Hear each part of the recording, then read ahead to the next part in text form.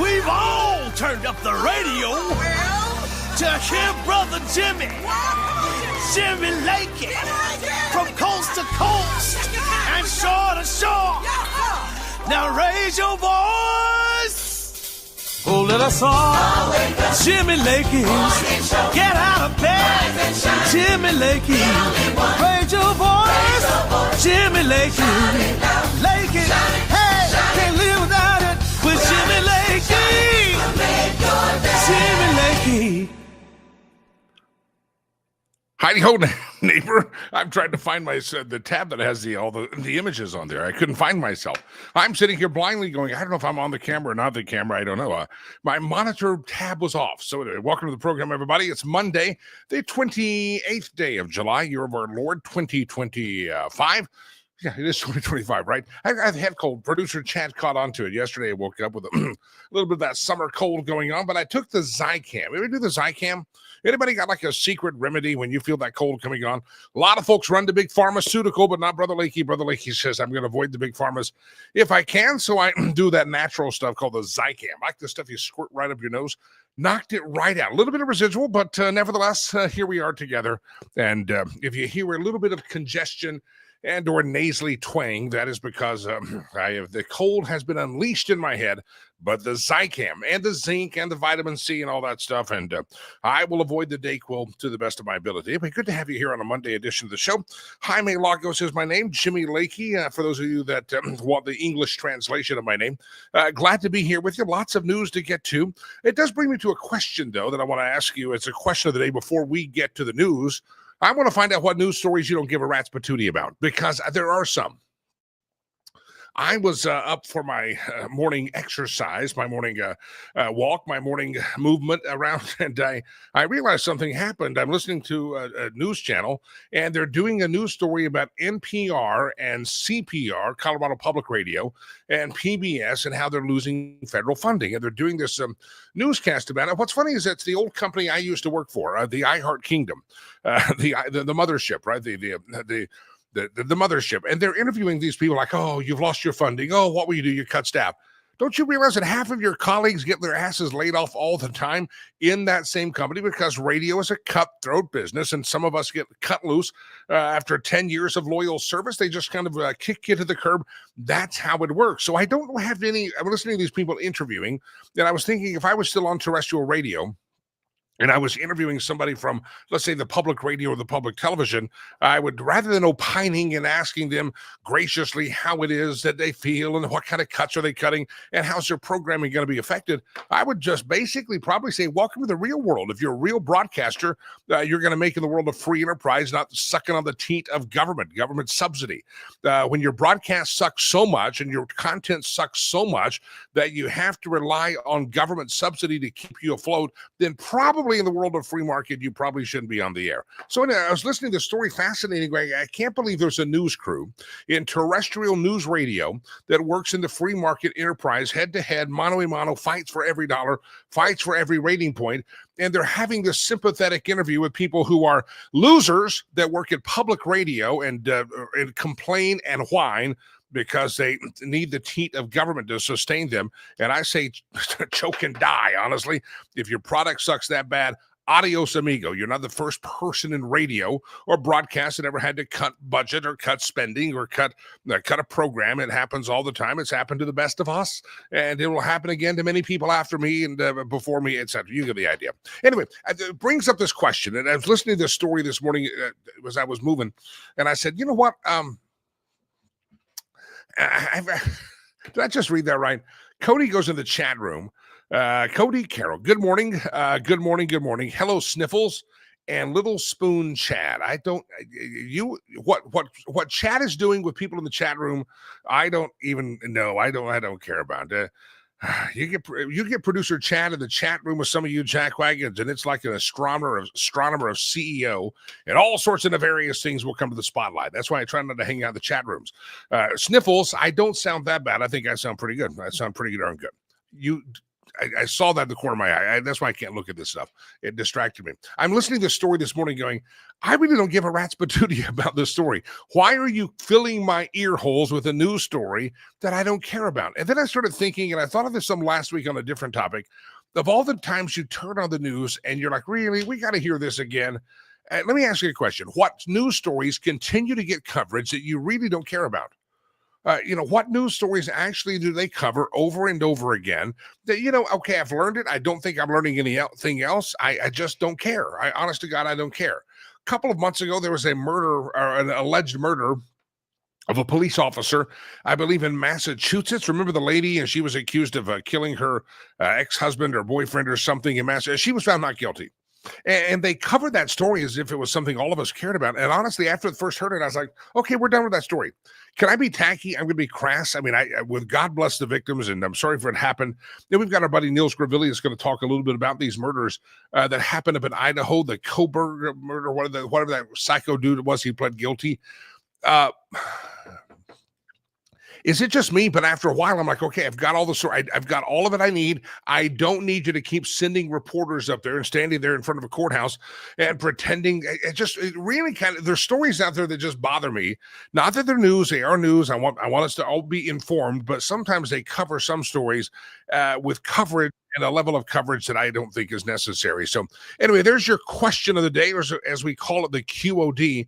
What are the stories out there that you think you wish would go away? You think people cover a little bit too heavily, and you don't really believe their news stories. Mine triggered this morning is I was out for a walk, and I heard local radio talking with for-profit radio talking with somebody from PBS and NPR, opining how, I know it's so sad, you're going to have to cut programming. And yet that very company cuts programming all the time, and PBS and NPR don't interview people from the iHeart or the Cumulus or the Salem. They don't interview any of those people whenever they get laid off, but you lose the government subsidy, and suddenly you lose the teat of government, and here we are. I just thought it was amazing. And I thought, first of all, for these news people at the station to actually think that was a real story, probably should be reprimanded and say, hey, these people are your competition. And they would have been fired a long time ago had they not been receiving the government subsidy out there. All right, ladies and gentlemen, let me welcome in my guest of the morning. We've had so many movements around. I've got 45 guests moving in and out, but Bill Walton is a stable one. He knows exactly when to come on and where to be, and he's here. The host of the Bill Walton Show, formerly served on the action and landing teams for Donald J. Trump's 2016 presidential transition. He's the Common Sense CEO, Mr. Bill Walton, back on the program. Bill, welcome back in, sir. Great talking with you. Glad I'm back. Well, I'm glad you're back. I've had so many movements with publicists and things, and this morning, and I'm happy that you are right where you need to be at the right time. So thank you very much. Let's talk a couple of stories. You were in the 2016 presidential transition. I think we talked after the election, but not after the transition. A lot of folks are amazed that the last 6 months have been going on. President Trump is, some people say, kicking butt and taking names. What's the best? What's the worst of the last 6 months? Well, it's night and day difference between now and Trump won. I think he's recruited a lot better group of people to come into the cabinet and into the White House, and he was ready. I mean, he was not at all ready in 2016, and he was ready this time. And he opened up with all those executive orders that had been thought through, vetted by lawyers, vetted by bureaucrats to make sure they were actionable. Don't like that word, but that's what they were. And so he hit the ground running, and he closed the border, and he's done all the things we've heard about. It's, some of us were in the other camp when it came to tariffs, but that seems to be working out. And when he wants to do something that badly, I don't bet against him. I mean, he tends to produce results. And more reason. The thing that's interesting to me, because I spent some time in this world, is he's got a lot of people from the tech community involved in the administration this time. And if you remember the inauguration, he had 6 or 7 people standing behind him that were each worth $50 to $100 billion each. I think in Zuckerberg's case, even more. So he's got that's another thing. It's completely different. And I think this administration is being a lot more tech savvy, and I think that's critical when it comes to dealing with China. Bill Walton is my guest. If you're listening later in the day, some of you watch this live stream. A lot of you, thousands of ear holes, will listen later in the day when it goes up to a podcast. Bill Walton, the Common Sense CEO, will give you his website here in just a moment. The BillWaltonShow.com, though, throw that out there for a little plug for you, the BillWaltonShow.com. Bill, let's dive into this thing. There's been a lot of talk, and it's one of those news stories that I kind of watch, and maybe I don't understand the hubbub. But President Trump keeps saying we're going to win the AI war. We're going to be the leader in global artificial intelligence, and I'm hearing it and it sounds great, but how does that relate to me, and why is it that he is so hell-bent on making sure we're the leader of AI? Well, if it makes you feel any better, I don't think anybody, if you cut through it, really understands what that is and how it's going to play out. I mean, the thing about AI, specifically in tech generally, is we're very intertwined with China, our principal adversary, and we've been buying chips from Taiwan. Taiwan manufactures something like 90% of the sophisticated chips you need to run most of our sophisticated equipment, including a lot of our weaponry. And so it's complicated now. But they are making progress, and I think they've got a fairly clever strategy. He's got David Sachs in there as his tech czar, as cyber czar, AI czar, and they had a conference here in the Washington area this weekend, or this last week, where Trump came to speak, and they rolled out an AI action plan, and it showed a lot of I think sensitivity to the fact that we do have to do something with China, and if we cut China out of selling them technical equipment like computer chips, they're going to develop their own. And they came out with something a couple months ago called DeepSeek, which is a faster, better, smarter, all the technical pieces that none of us really understand, than the chips that we had here for a while. And then I think it wasn't a chip; it was an app.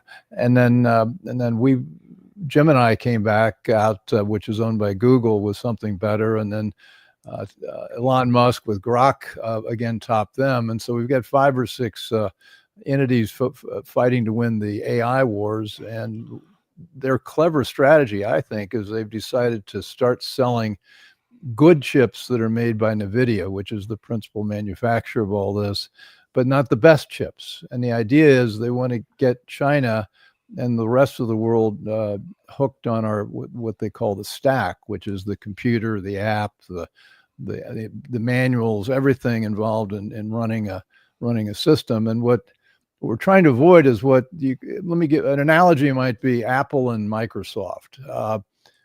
If we're competing as Apple and China's competing as Microsoft, and they come up with something pretty good, we don't want half the world using China's technology. We want them using ours. And so the way we can advance our agenda and protect Americans is dominate who uses which AI applications. And I think what they're doing is smart, and we'll see how it plays out with all these things. But right out of the box, we're starting out fast.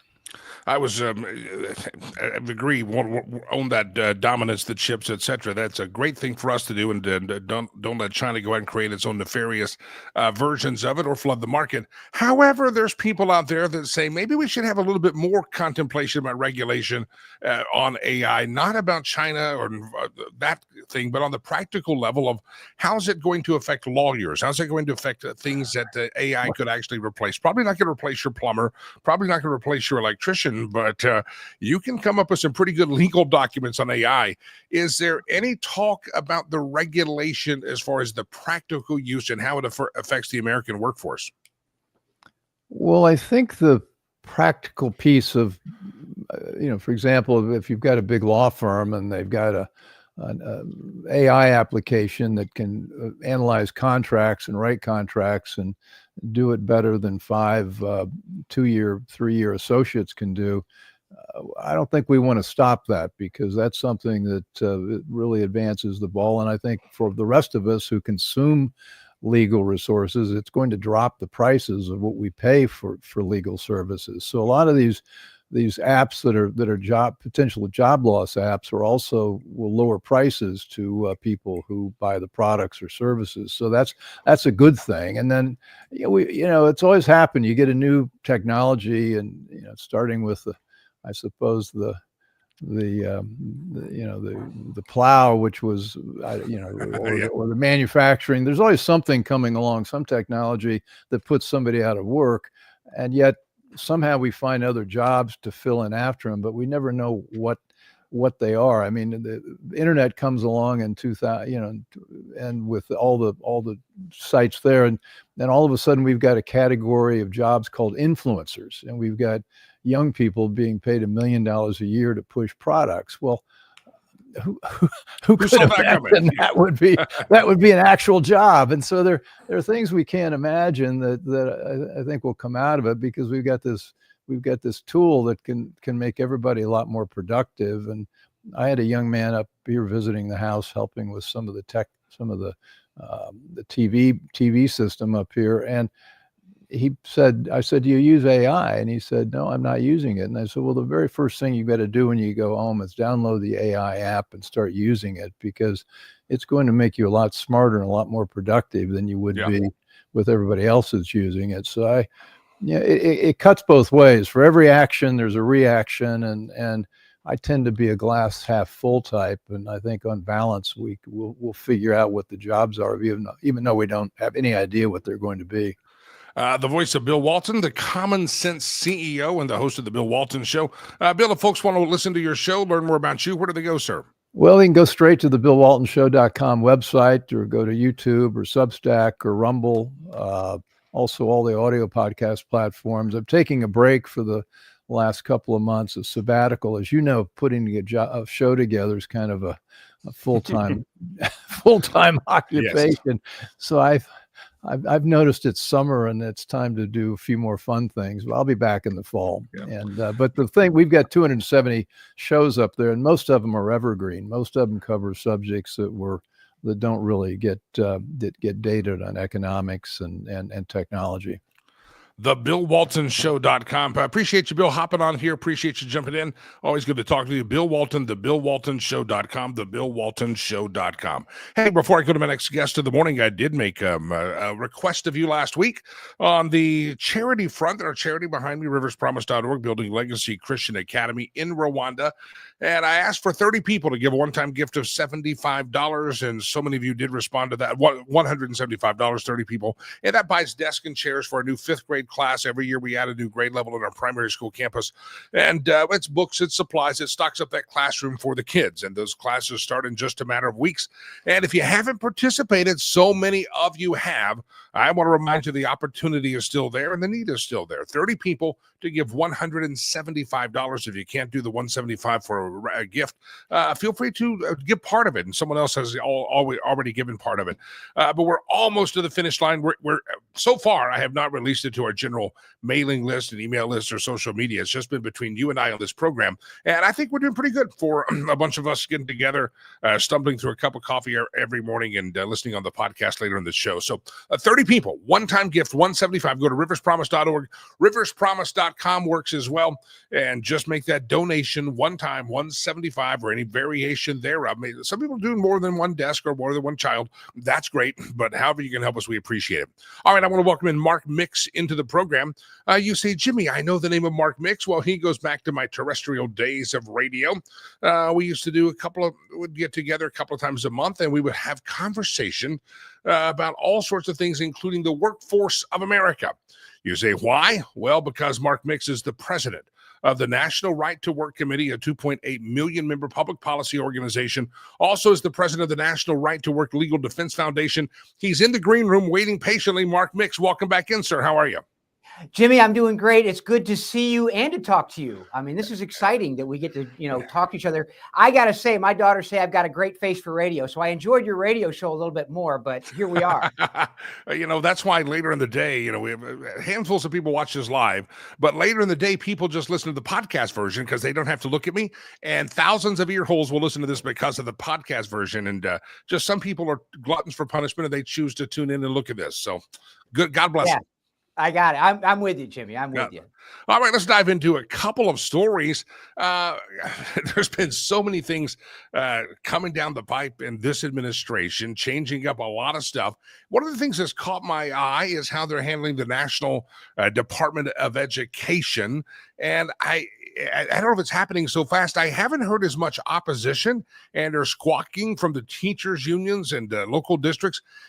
Help me understand, where are we at on that? Secretary McMahon is ready to shut this thing down and put a lot of things back to the states. Is the teachers union being caught off guard by this, or am I just missing the news story? Well, I mean, there's so many news stories, Jimmy, to your point. I mean, every day we're drinking from a fire hose when it comes to what's going on in the federal government. So what's happened right now with the Department of Education is the president wanted to shut it down, get rid of it. But the bottom line is this: it's a statutorily created agency. So the Congress must do away with it.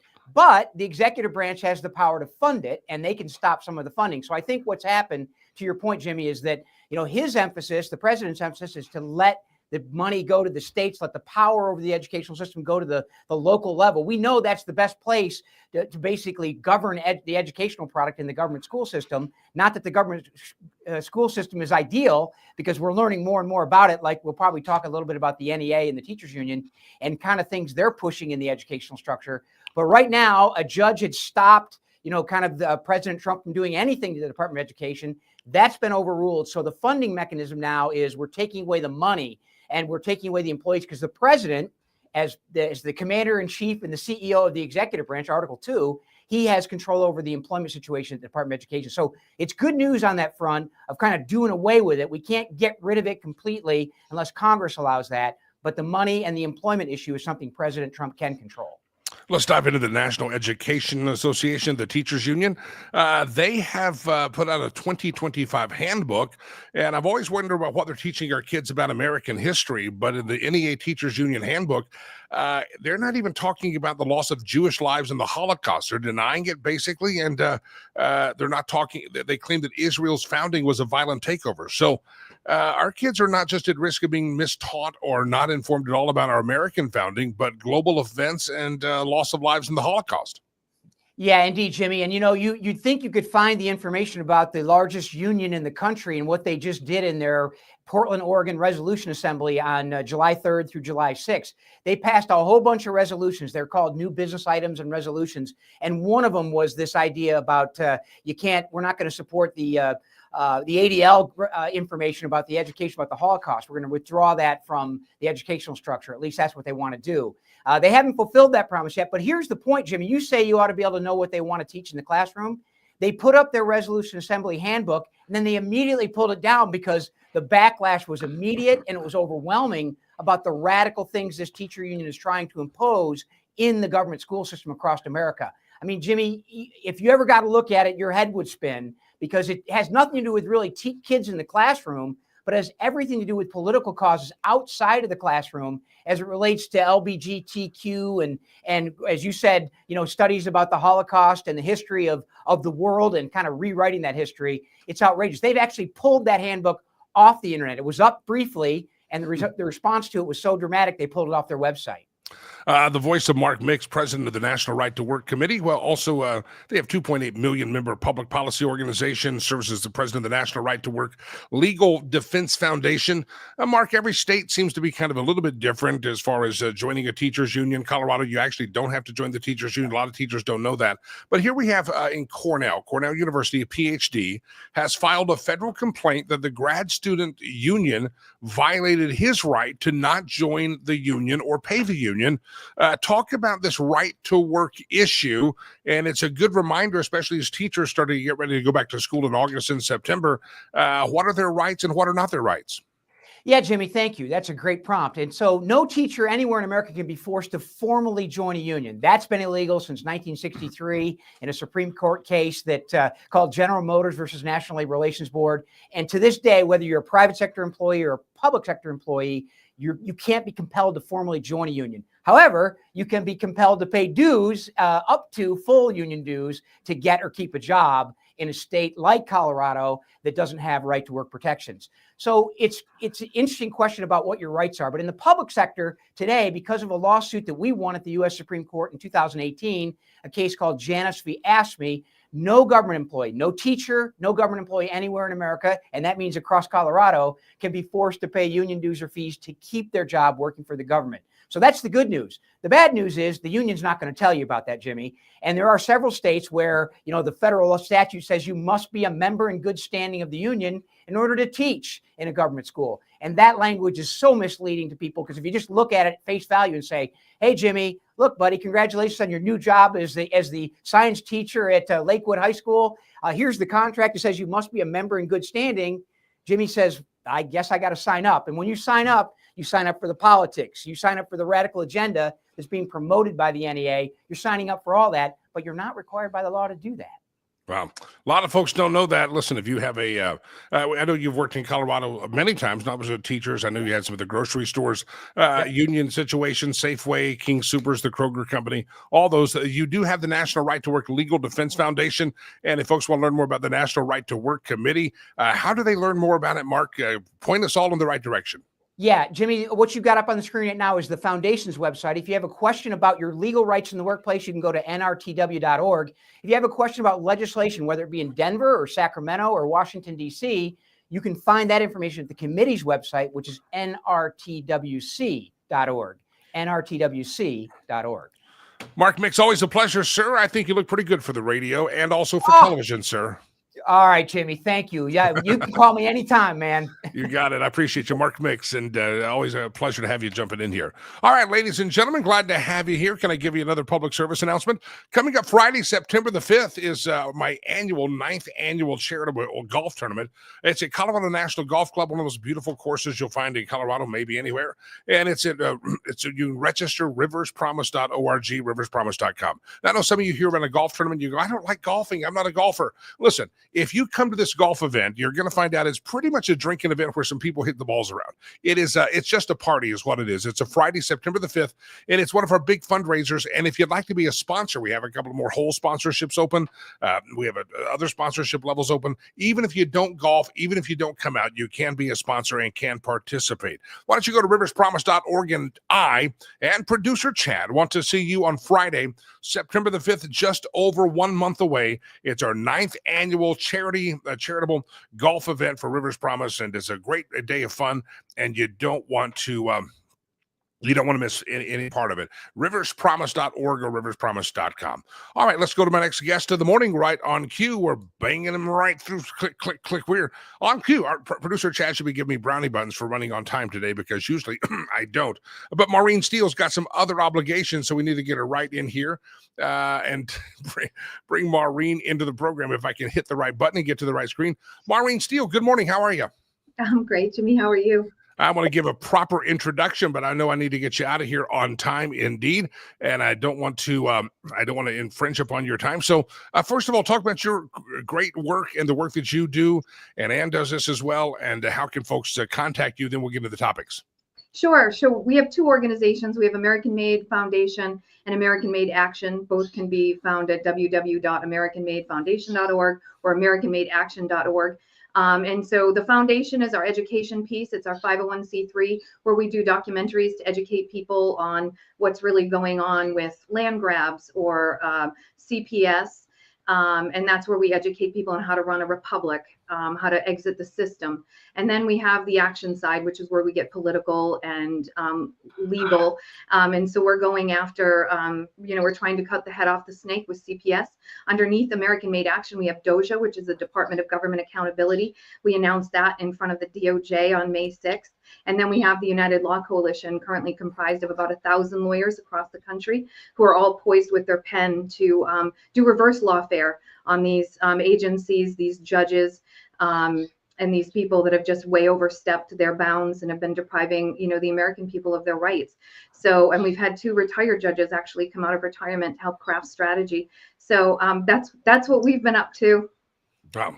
The name of the organization is the American Made Foundation. We'll tell you more about that in just a moment. Excuse me. Fighting a summer cold, Maureen Steele is my guest. Maureen, I want to dive into this story that Tulsi Gabbard launched about a week and so ago, in which she started bringing the receipts and unveiling all the stuff that had happened under Obama's administration. James Clapper, James Comey, President Obama, all these people crafting this Russian collusion thing. Now, all of a sudden, the media who wanted to talk Russia, Russia, Russia all the time during 2016, 2017, 2018, and make you think that Trump colluded with Russia, now that we know it's a lie, the media suddenly doesn't want to admit that they're not as interested in Russia, Russia, Russia. Right.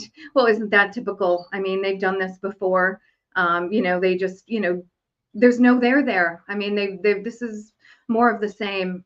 We all know that the media has been colluding with the government. I think Doge, brought out evidence of that already. And we're funding, the media as well, giving millions of dollars through USAID to the media, which again, it's unconstitutional. The American people are entitled to a free and fair press, not one that's a propaganda machine for the regime.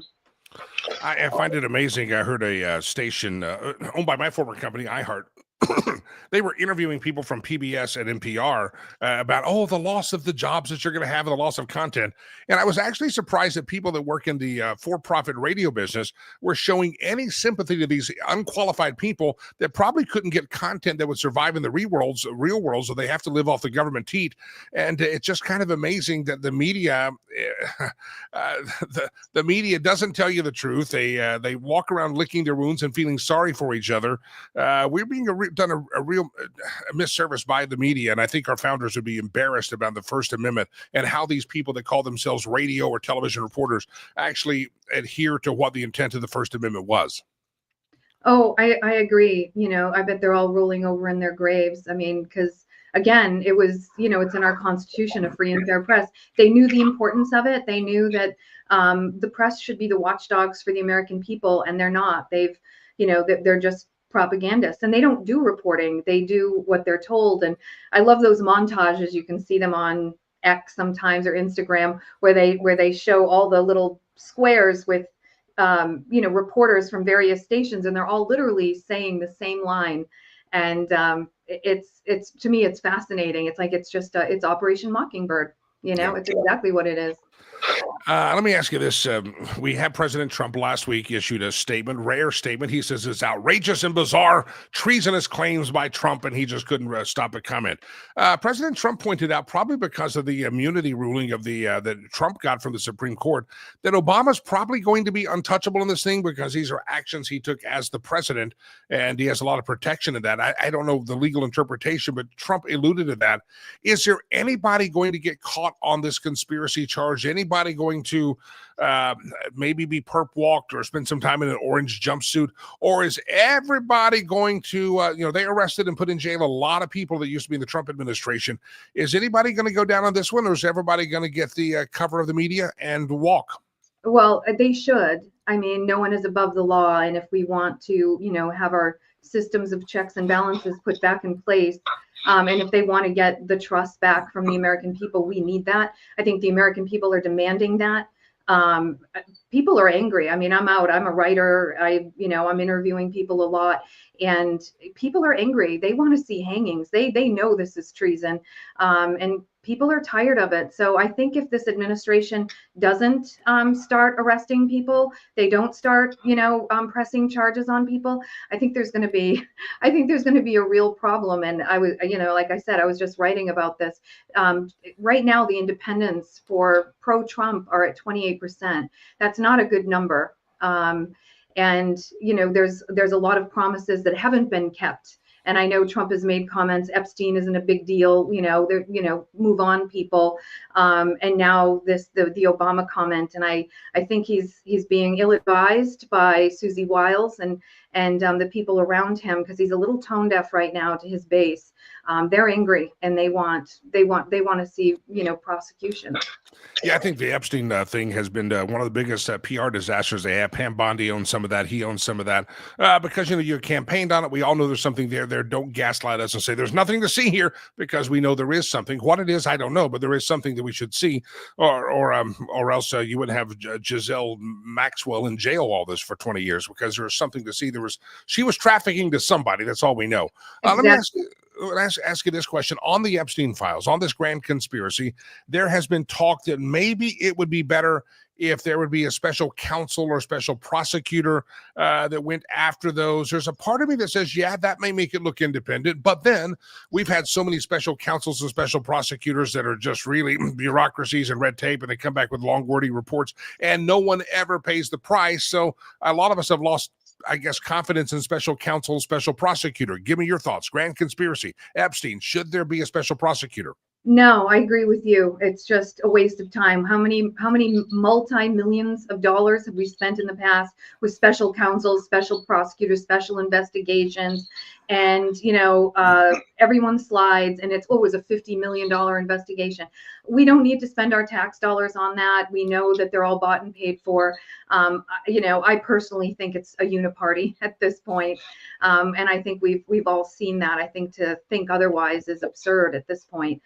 You don't have eyes to see if you think that it isn't that. They're all playing for the same team. There's just no way. You and I both know it. If you go into a job making $180,000 a year in DC and you leave 4 years later with $20 million in the bank, you're not there for the people. You're not there doing your job. You're there getting bribed and payoffs to do whatever the lobbyists and the corporations are asking you to do. So and it's not just the left that has all this money, it's the right. And I think for some reason when people get into DC, it doesn't matter how idealistic you are, once they get in there, they all become wildly corrupted. And I don't know if it's because they're strong-armed, they're threatened. It's kind of like you can go this far and no further. This is how the game's played. This is the game, and you shut up or you're out of here. And I think that's I don't know what's going on, but I suspect it's something like that. Maureen Steele, one of the co-founders of the American Made Foundation. I'll give you the information on that here in just a moment. One more quick question, Maureen. I know you got to run here in just a second, but we talk about the credibility of the special counsel, special prosecutors. We've heard a lot of them, even congressional hearings. I mean, nobody ran a congressional hearing better than Trey Gowdy back in his days. And yet it was all a dog and pony show. No one ever got held accountable. And so there's a lot of lack of credibility when it comes to special counsels, congressional investigations. And then I was hoping that Pam Bondi would come out and really give us some more confidence in the Department of Justice, but then they came out with a statement about the Epstein files. Why is it that the Department of Justice continues to seemingly undermine its credibility? And do you think maybe they're going to get their heart right on this thing?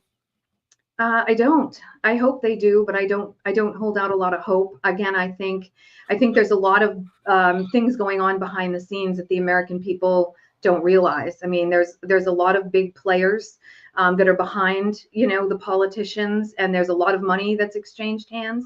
And I don't think they're going to prosecute. I really don't. And I think it's corrupt. I think our government is so corrupted right to the core at this point. Our Constitution said, and our forefathers anticipated it, if it becomes so corrupt, you must abolish. And I think we're at that point. I think it's corrupt to the core. Yeah, I mean, 60 years have been lying about the JFK assassination, and we still don't know much about that, and we're still kind of learning, and they're still trying to keep that away from us. I thought that Bongino was going to maybe step out of the Department of Justice. I guess he's tweeted over the weekend he's seen some stuff that'll make his bones shake or something, but again, nice tweet, but where's the action out there? Right, I know, and I think that's what the American people are frustrated about. When Trump first took office, he was putting what we thought at the time were great people in place. We thought heads were going to start rolling. I mean, because things were moving so quickly, and then they just stalled, and then there's just nothing. So, we're 7 months in here, and we haven't seen much action at all. So I think people are disappointed. Like I said, the latest Gallup poll from the other day it shows Trump with independents at a 28% approval rating, and that's really not good. That's a death knell. And conservative media will say, well, look how unpopular the Democrats are. Doesn't matter. You still have to carry your own water on your team. Talk about the AmericanMadeFoundation.org, AmericanMadeFoundation.org. It's on the screen there. Maureen Steele, one of the co-founders of it. What will people find on your website? What do you do again? Okay, on the American Made Foundation, we do documentaries and we teach over there. It's how to get out of the system, how to stop paying taxes, how to run a constitutional republic, how to learn about who you are, what your rights are. They don't teach us civics anymore. And then there's AmericanMadeAction.org. You can donate to us there. And you can also take action every day. You can go there and there's action items you can take right from your computer. You don't need to do anything other than click buttons. You can send notices to Pam Bondi on there right now about our judicial malfeasance. So, Maureen Steele, pleasure. I appreciate you. Get you out of here on time so you can go, I think, heading to the airport, I believe, or something like that. So, Maureen, thank you for hopping on the program. AmericanMadeFoundation.org, and you can find there's two different websites, but you can find it faux show. All right, good to have everybody here on the program. Jimmy is my name. If you're new to the show, well, welcome. We have lots of earbuds that will listen to this show later in the day as it goes up on a podcast version. And the podcast version can be accessed on all of the places you listen to podcasts. So those of you that are watching on the Rumble machine, hello, Rumble, how are you? Instagram, Instagram's not one of our strongest feed, but half the time it doesn't work. Anybody watching out there on the Instagram, glad to have you as well. Man, we got lots of, Facebook, Twitter, a lot of platforms that we're streaming on right now. And if you are on one of those platforms, say hi. The only one we don't see right here in the chat room that pops up on the screen, Jim says you can see from Facebook, see the logo there. Good morning from Fort Collins. Good morning. Hello, Jim. Welcome in from Fort Collins, Colorado. Rich just said good morning from the great state, the show me state of Missouri. Gotta love Missouri out there. Rich, good morning to you as well. Arloa is talking about Mark Mix. She says, I do remember him, Mark Mix, from my radio days. So anyway, there's a lot of ways to participate. If you're on any of the platforms, you can see those are all Facebook comments. If you're on Rumble, you can comment. If you're on the Twitter, you can comment. Just post a comment. It shows up here in our studio. And producer Chad is going to put it up on the screen. For instance, here's a Rumbler. This is a person on Rumble. And they said, Donald Trump is Jesus Christ. I'm sorry, I would have to disagree with that. But thank you for participating, Messenger 911. Somebody might want to call 911 on you to see if they can help you out with your theology. But anyway, I appreciate you participating. That was a Rumbler out there. Rumble, you need to now post up, put a comment up, and redeem yourself from the previous comment that came from a fellow Rumbler out there. So love to have you jump in. Again, whatever platform you're on, feel free to post accordingly, and we will put it in here. Good morning to the Media Equalizer, the Red Wave America pages, Facebook.com/Jimmy Lakey fan page. The Twitter is just my name, Jimmy Lakey. We don't yet stream on the Truth Social, but if you're on Truth Social, you can look up my name and see us there. But just look up my name. You'll find us out there in all sorts of places. But if you want to find the podcast version, by chance you can't watch the whole thing, you don't want to watch the whole thing, but you'd like to hear the interviews and hear the conversation, you can do that. You ready for this? You can do that at just go to all the podcast platforms, iHeart, Spotify, Apple Podcasts, etc. And as you type in Jimmy Lakey Unleash, you will find it. Ray jumps in. See the logo there on the screen? It's a YouTube logo. Good morning from the Havana on the Willamette, Portland, Oregon. So hello, Ray. Good morning from Oregon, or to Oregon, and all of our folks up there. You know, Oregon is one of those states I have not been to. I not even a layover. I've not been to Oregon. The Pacific Northwest, I've been all over California, lived in California, Northern California, all that stuff. I've done that, but I've never crossed into Oregon or Washington, partially because I'm afraid I would not be welcome there as a God-fearing American conservative. But maybe that's only in Seattle and Portland. That may be that may be it. So anyway, glad to have you, Ray. Appreciate you. Ray, let us know if we would be welcome to do the show there sometime, or if we would be chased out of town by some batcrap crazy liberal. All right, coming up on the program, Nils Gravilius is going to be with us. Crime fighter extraordinaire, private investigator, one of our new faves. Nils going to be on the show coming up here in just a couple of minutes. You don't want to miss that. Don't miss anything about Nils Gravilius. You never want to miss that. There are lots of stories out there, including some guys been hiding bombs all over Manhattan. That's right, hiding explosives all over Manhattan in New York, and somebody has caught on to it and found out and broken the spree up. So we'll talk to Nils Gravilius coming up here in just a moment. Yes, I do have a cold. I didn't feel like I had a cold until I started doing the show.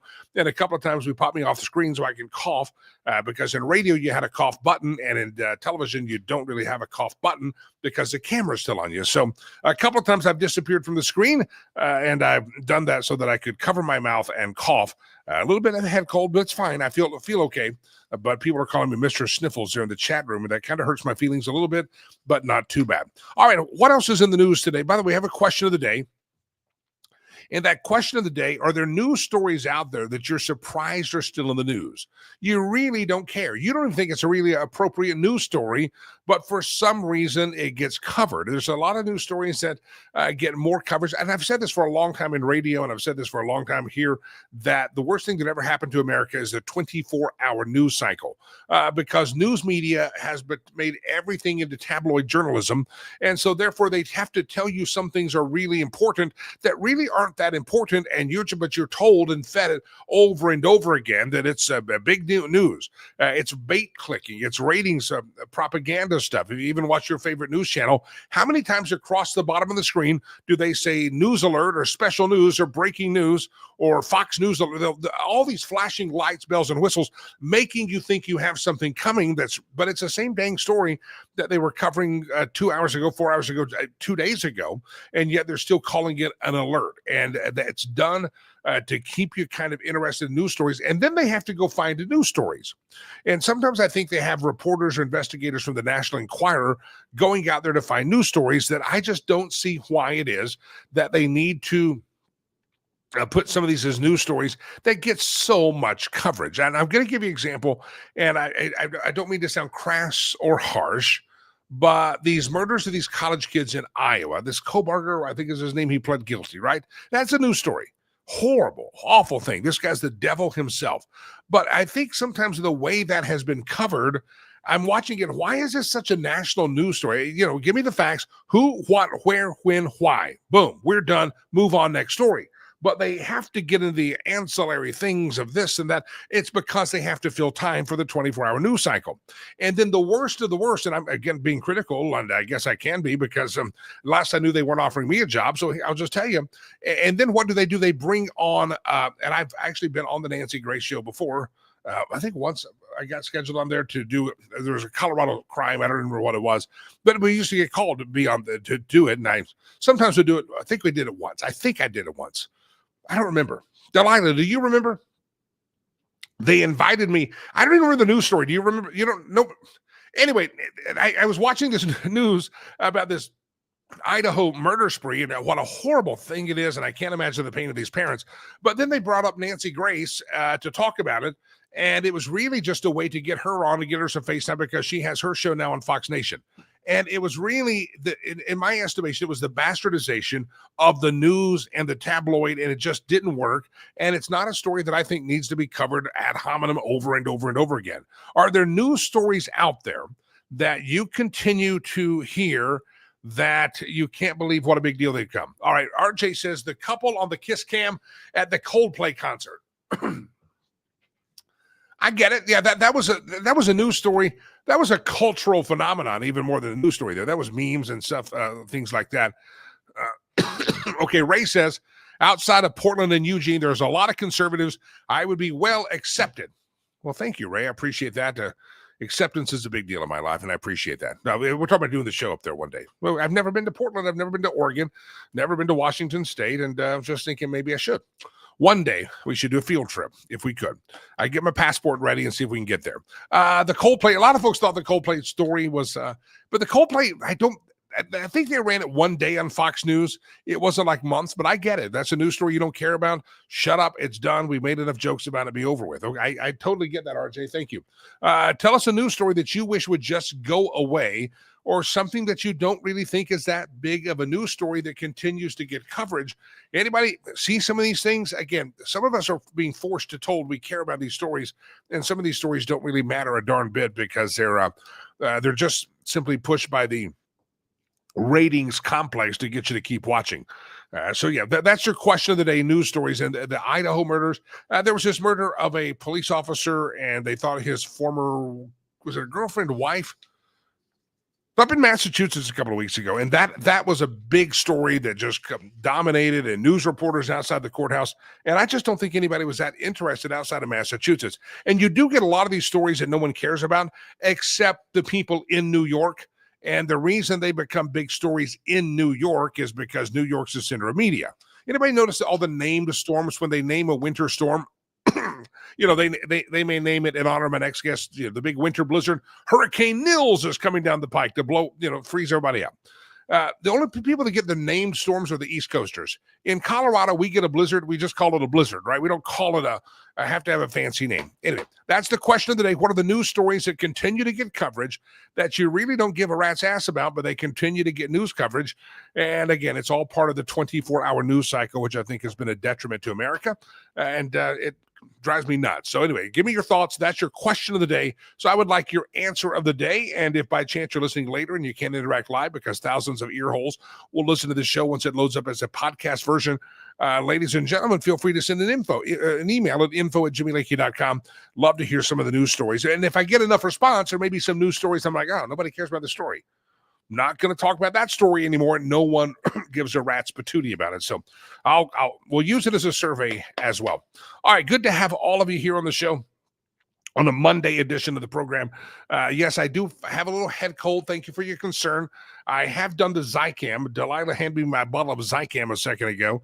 And see the Zicam? I recommend it. It's not a paid endorsement. I just tell you the nasal spray knocks the stuff right out. That's a little... I felt better immediately. I mean, immediately. Not even a paid endorsement. But Zicam, if you're out there, I would recommend that people get the Zicam. It's all I think it's like got zinc and I don't know. It's all natural. It's not prescription. It's over the counter. It's not. It's hippie stuff, right? I live close enough to Boulder, Colorado, that we're into hippie remedies, and that's a hippie remedy. It's Zicam. I recommend it. Delilah, could you see, please, if we could get an endorsement from Zicam? I think they should give that to us. Never mind, Delilah. I don't know why I keep you around. All right, ladies and gentlemen, glad to have you here. Friday, September the 5th is our golf tournament. Friday, September the 5th at the Colorado National Golf Club. It's a beautiful golf course in Erie, Colorado, just north of Denver, just south of the Fort Collins, just about 25 minutes east of the Denver International Airport, overlooking the Boulder Valley. Excuse me, I've got the cold and no cough button. Please sign up the golf tournament Friday, September the 5th. It's a hoot and a holler, and believe me, this is not a PGA Tour kind of thing. This is a bunch of hackers out there that are just trying to figure out if they're sober enough to hit the ball with a stick. And a lot of them are not sober enough to hit the ball with a stick, I guarantee you. I got lots of sponsors signing up. We got Lehman Lewis Financial Group. They're sponsoring at the golf tournament our whole hecklers. There's another competitor out there that does comedy at the holes called the Ball Busters. And either way, Lehman Lewis is sponsoring that. And basically, you're going to have two professional stand-up comics that are there every year. Lehman Lewis sponsors that. Alicia Lewis, Josh Lewis, they sponsor this. And the comedians sit there and they heckle you. And it's a great fun. They make fun of you. But if you give them money to it's a charity, then they'll shut up. And it's called Shut the Buck Up. And you give them $1, they'll shut up. And you can also then, like your worst enemy or your cohorts, they will also heckle them. You give them $20, $30, $40. All goes to the charity, and they will heckle other people for you and make fun of their we had one guy, they made fun of his fake tan and said, does that end at the arm sleeves? And he was a CEO of a pretty successful company. And this was early in the morning before the booze had really started to flow. Next thing I know, this CEO of a company that I could tell you what they do and you'd know who they were, he has his shirt off and he's showing them that his tan is all over, that he didn't just spray tan up to the arms, he spray tans everywhere. And he's out there swinging the club without a shirt. That's the only bout of nudity that I remember there, thankfully. That was a sight I could not unsee, but anyway, it's a fun golf tournament is what I'm getting at. Lehman Lewis Financial Group is in there. That's going to be fantastic. We'll start naming off our sponsors here real soon and list all of them.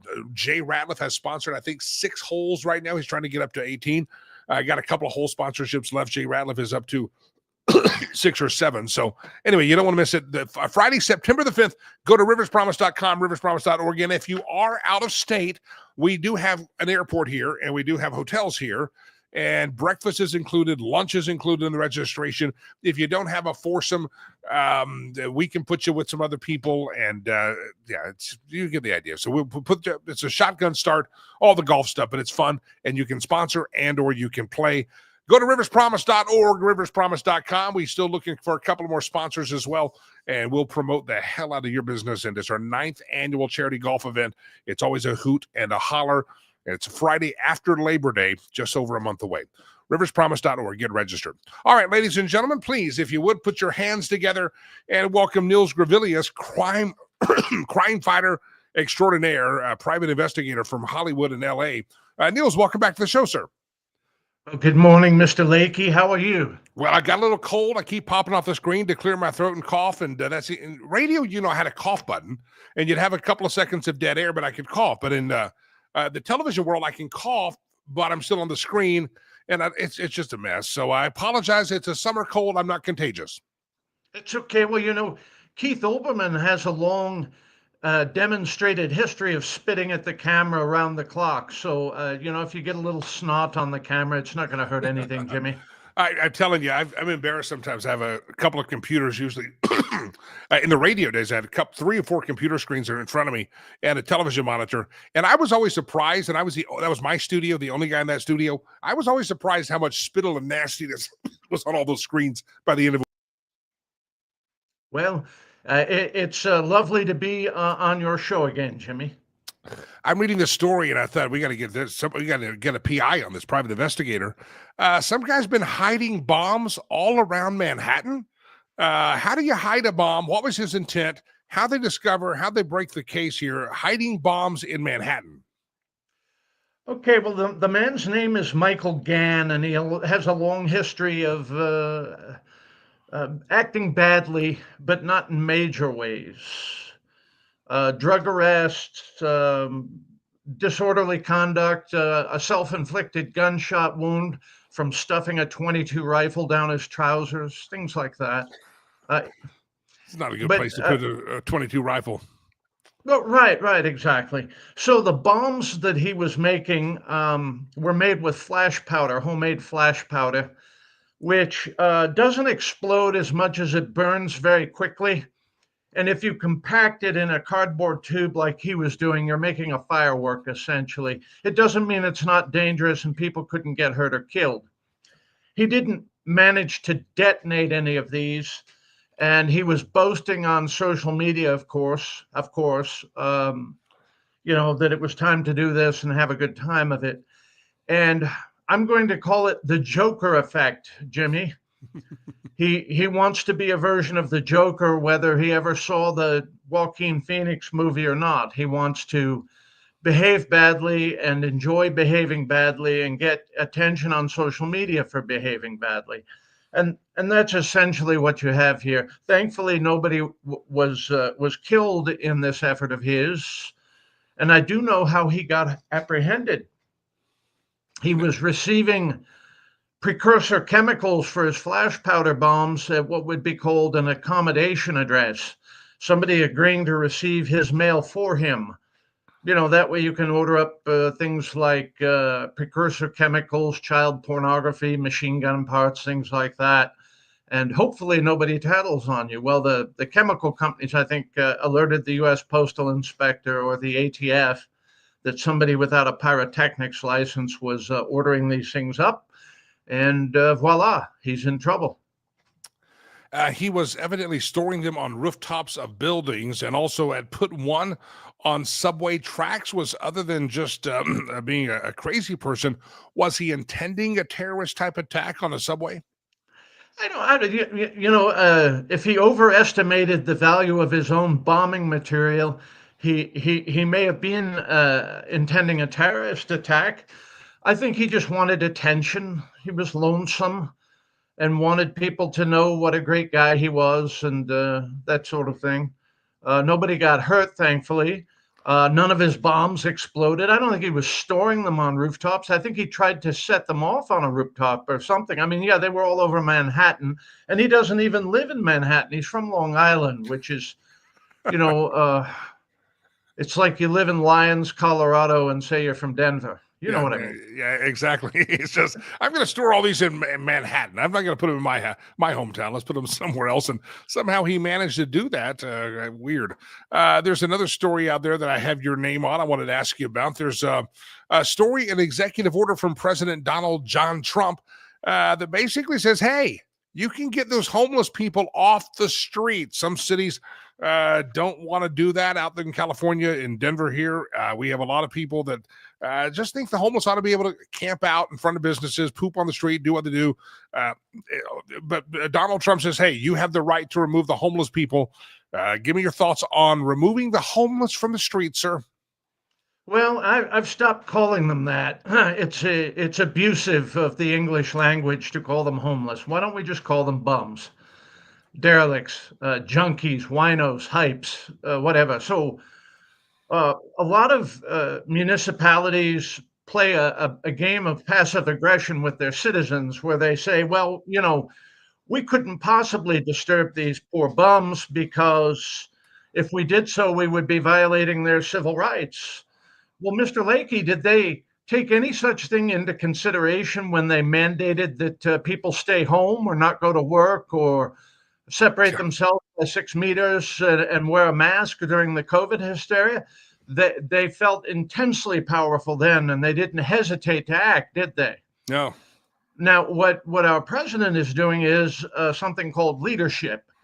He's putting the states, counties, mayors on the spot through leadership, and he will also force every shade of gray from the room, legally speaking. When a mayor says, well, it's against doing this because of this law or that law, this policy, that court ruling, he's on the spot, and if he doesn't move them, then he has problems, and then it gets sharpened up in court. It'll go up the appellate chain, and all of the ambiguity gets sweated out of the process. Now, who isn't compassionate for people who are struggling, right? Okay, well, in a consequence-free society, bums die on the street. We get 6 dead bodies in the Los Angeles County Coroner's Office every single day, dead of overdose, because of the kindness of fuckwits like Gavin Newsom. I apologize for using such Anglo-Saxon vernacular on your broadcast, Mr. Lakey, but I can't overstate it. Him and Karen Bass, the mayor of Los Angeles, they play this funny game. I'm going to point something else out about the COVID thing that's kind of glaringly obvious. If COVID-19 was as destructive and deadly as they said that it was, we wouldn't have a homeless situation in Los Angeles. Those would be vast graveyards in the landscaping around our freeways and in downtown and under railroad trestles. Those would be littered with dead bodies, dead from COVID. They catch everything else. They catch the clap, they catch the flu, they catch diphtheria, they got typhus, everything else. But somehow they all survived the COVID thing. So yeah, I'm not impressed. The voice of Neil. I love your Anglo-Saxon enthusiasm. You can always use. That's the beauty thing. We're not on terrestrial radio. You can use words like that for emphasis. I apologize. I know that I've offended. No, I don't want to offend the people watching this show. Sometimes I just can't help myself, Mr. Lakey. I get as mad as hell. Listen, the people watching this show are already offensive because they're watching this program, so you don't have to worry about them. There's no delicate daisies out there watching this show. They're used to full contact, so it's okay. Niels Gravilius is my guest. Niels, I want to get one more topic. I have this question today going on news stories that I don't know why they continue to be news stories, and yet there are some things that I think they're questions. So, for instance, there was a murder a couple of years ago. A lady was just on trial in Massachusetts, and they said she murdered her ex-husband or he's a police officer. She was found not guilty twice in a row.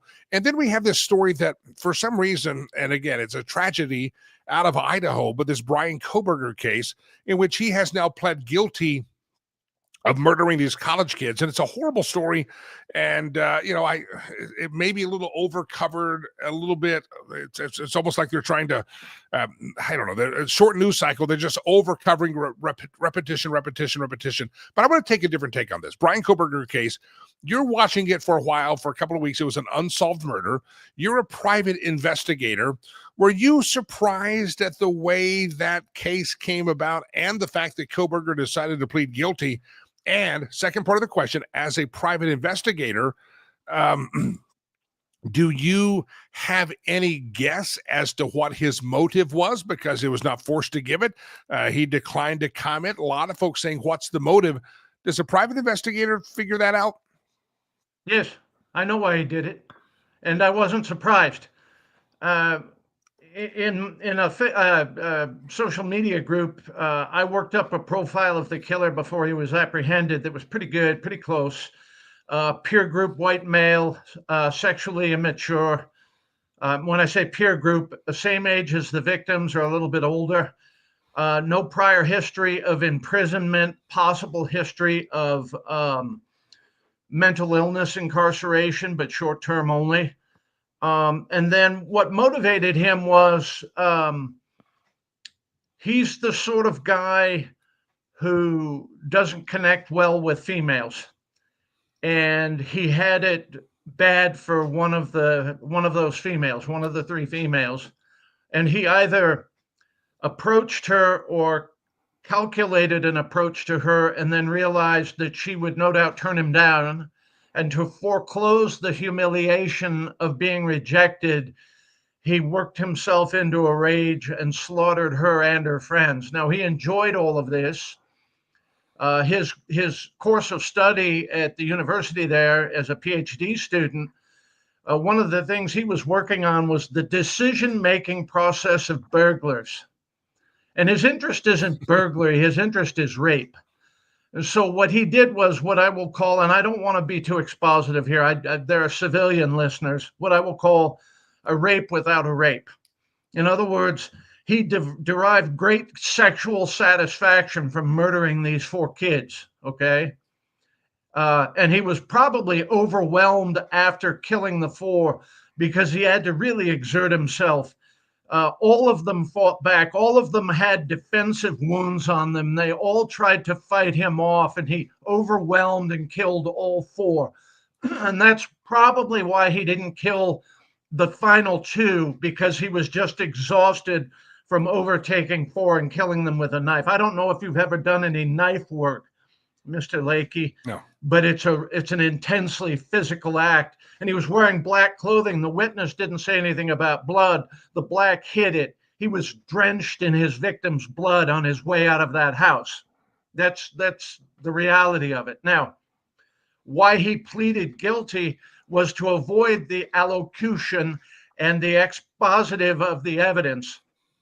What he was trying to conceal from the public, and specifically his parents, who are innocent in all of this. His parents are not bad people, I don't think. They're mental health professionals in some Pennsylvania suburb who had no idea what was living under their roof. He did not want them to know the porn searches in his phone and laptop. That is the most likely thing. A little bit of that leaked out through one of the sheriff's detectives, that it was all about tying women up and assaulting them. That was his porn search. And searchable internet porn is software for the human mind. And that's what he is. That's what he enjoys. And that's why he is abnormal. He will be trying to defend his virginity in the ISP for the rest of his life. Now, the other reason he did not give an allocution, well, a couple of things. He wanted to enjoy the victims' families yelling at him in court. That was foreplay for him, Jimmy. He loved that. Okay. That's why he sat there unflinching. He was having a great time. On appeal, he'll spend the rest of his life trying to make an appeal based on the fact that, as far as he's concerned, he didn't really do anything wrong. And by not giving an allocution, meaning a recitation of his crimes and his motives in open court, it's like James Earl Ray going into court over and over and over again saying he didn't really kill Martin Luther King Jr., even though he pleaded to it because the federal judge didn't make him give an allocution. Wow. You know, so this is a basis for an appeal. Even though he agreed to never appeal in his plea, he'll have some shitbird leftist lawyers representing him for the rest of his life, trying to get him popped from prison. I promise you. Niels Gravilius is my guest. So, basically, he didn't want his parents, especially, to find out all the nasty stuff that had gone around in his head. Our son's a killer. Yeah, he's going to spend the rest of his life in prison, but he thought he was actually protecting his parents of that one last little thread. Well, and he doesn't want to lose the consanguinity of his parents. His parents didn't make him into a psychopath. Social media and searchable internet porn accomplished the bad home environment where he didn't have a bad home and he wasn't raised in an institution. It's bad home or bad institutional environment that makes a young man into a psychopath through the processes of random reward, which permanently rewire the brain connections and chemistry. Once a man becomes a psychopath, he can never unpsychopath.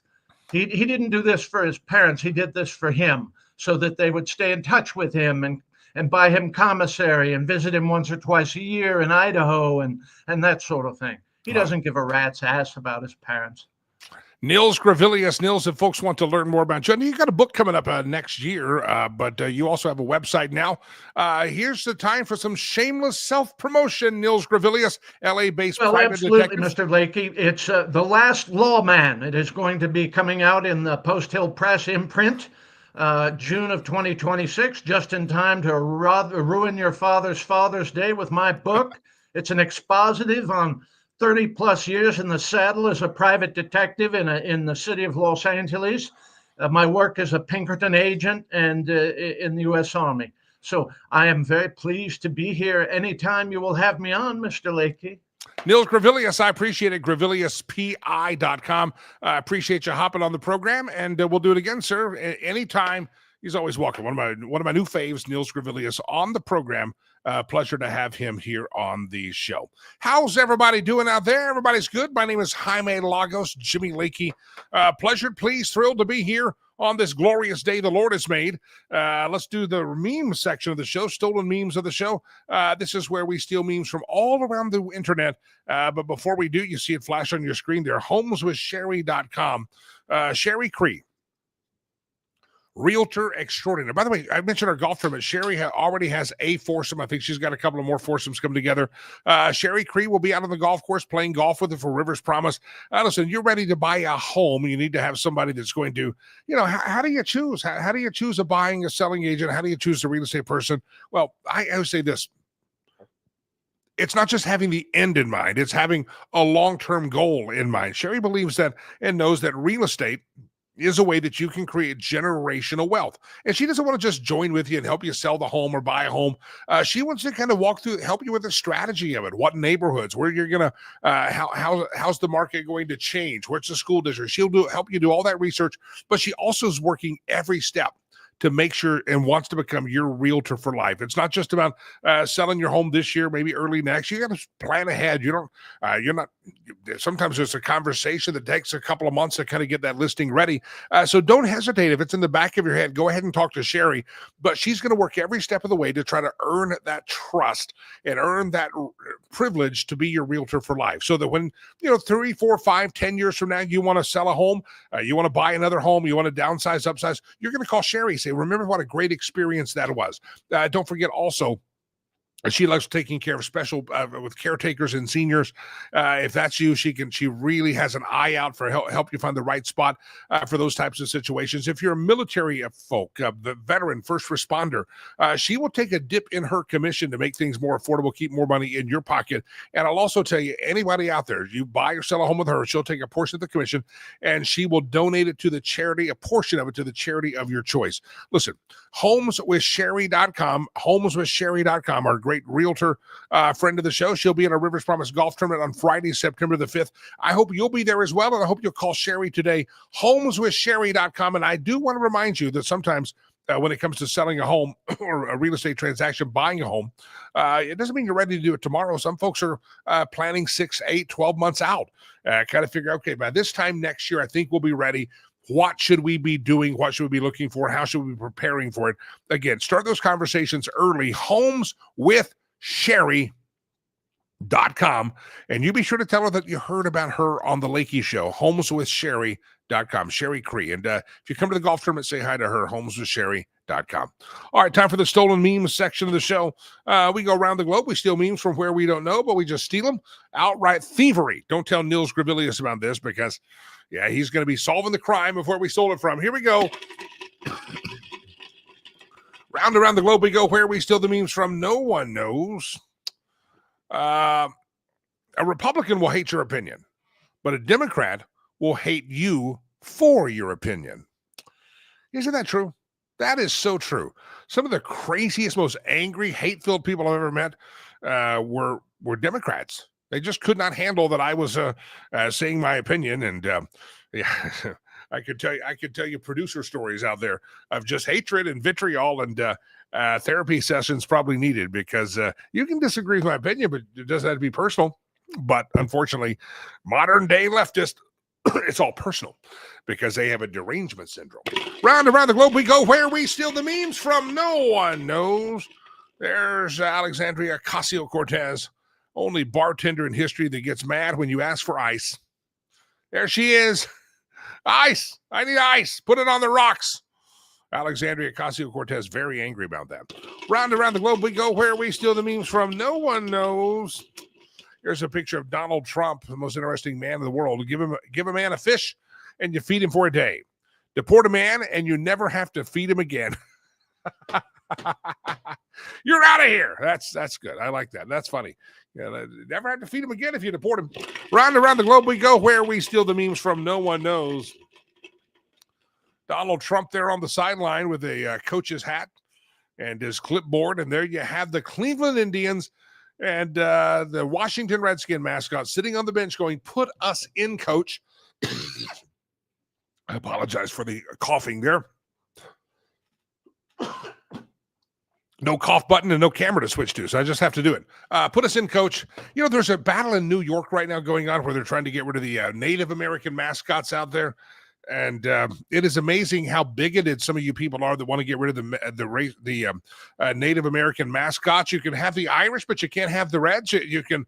It's just unbelievable, the racism and bigotry. And if you go to your grocery store, you've seen the memes. Perhaps they took away the Native American lady on the Land O'Lakes margin. They took away Uncle Ben off the rice. They took away all sorts of images. Aunt Jemima, they took that away. But you know who they left on the packaging? The white guy, the Quaker Oats guy. He gets to stay because he's a honky. Because racist, bigot, Democrat libtards decided that they don't like people of color on boxes. They don't like people of color in imagery. They don't like people that represent the Native American history being called the Chiefs or the Warriors. They don't like that. They're really a bigoted lot. The people that used to walk around and self-virtue signal and say that they had they wanted to coexist. They never meant it. They hated you for your religion. They hated you for your viewpoints. As the meme earlier said, they hate you because of your opinion. They don't just hate your opinion. They hate you because you dare to think differently than them.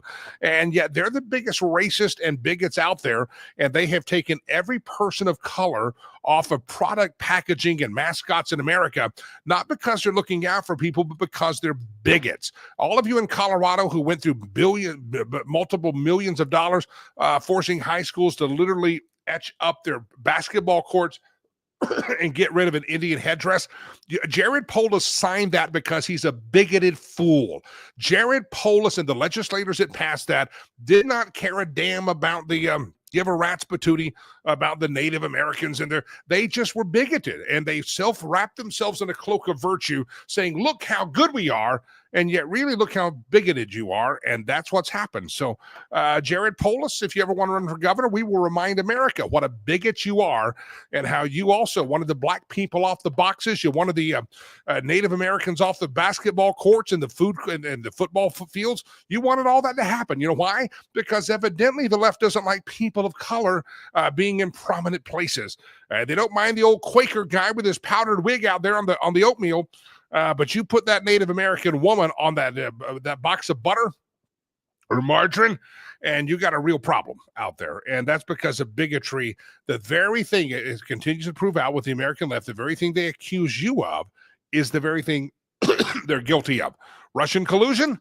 Yeah, who was colluding with who? They were doing the colluding about the Russian collusion story, but they make an accusation. Whatever they accuse you of is actually the very thing they're guilty of. So they accuse you of having a school mascot or professional mascot, of being a bigot and a racist, and yet they're the only people that left the honkies on the packaging, and that's it. You can have a white mascot, you can have a cracker as a mascot, but don't you dare have somebody representing any other ethnicity, because why?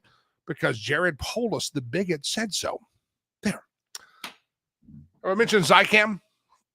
If you'd like to sponsor the program, Zycam, I appreciate you. I felt literally 100% better. Still not 100%, but a little cold came on yesterday morning, and I got the Zycam. That's the nasal spray. They have a pill. Not an endorsement, but if they'd like to endorse, that's my product placement. We should put it. We have no place to place it, so I just show it to you. Zycam. I recommend it for your cold. By tomorrow, I should be back to better than ever. Ladies and gentlemen, it's been a pleasure. Don't forget riverspromise.org. Make a donation. Still looking for a few more people to donate. One-time gift of $75 as you do so. That's $175. 30 people to do that. And as you do that, it's going to be great that you do it, because it's going to help us start our 5th grade classroom P5. Riverspromise.org. Also our golf tournament Friday, September the 5th. Don't forget all the podcast platforms out there, Apple Podcasts, Spotify, iHeart, etc.